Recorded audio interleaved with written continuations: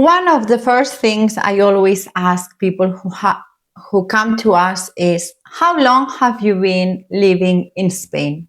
And you know what's interesting? A lot of people hesitate before answering.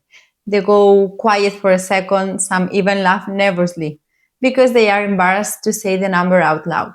5 years, 8 years, 12, sometimes 20.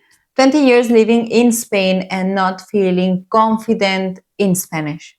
That's not a small thing to carry. And the embarrassment of admitting it, that's actually the most important part of this conversation. If that's you, if you've been here for years and you feel like you should be so much farther along, I want to say this clearly. The time you've spent here is not a measure of your effort or your intelligence. It's a measure of how broken the system around you was. Because here's what nobody tells you when you move to Spain. Simply being here is not enough. The country doesn't teach you the language. Life doesn't hand you the right practice. And without a real system, years pass and the Spanish stays exactly where it was. That's not failure. That's the natural result of an impossible situation.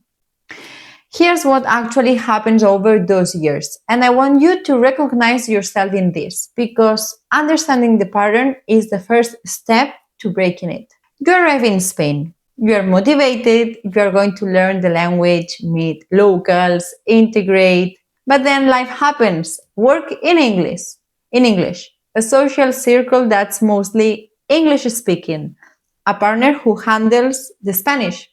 The path of least resistance is always the English option. And you take it because it works in the moment. Months pass, then years, and somewhere along the way, the embarrassment sets in. Because now it's not, I'm new here and I'm still learning. It's, I've been here for 5 years and I still can't order at a restaurant without anxiety. And that shame makes it even worse because now there's pressure on top of the block. So every Spanish interaction carries the weight of all those years, and every mistake feels like proof that you'll never get there. So you avoid and you say in English, and the gap widens.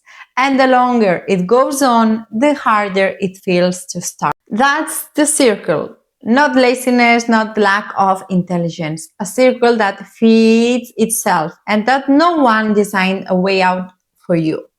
The good news, and I mean this, is that the circle breaks faster than you think once you have the right system.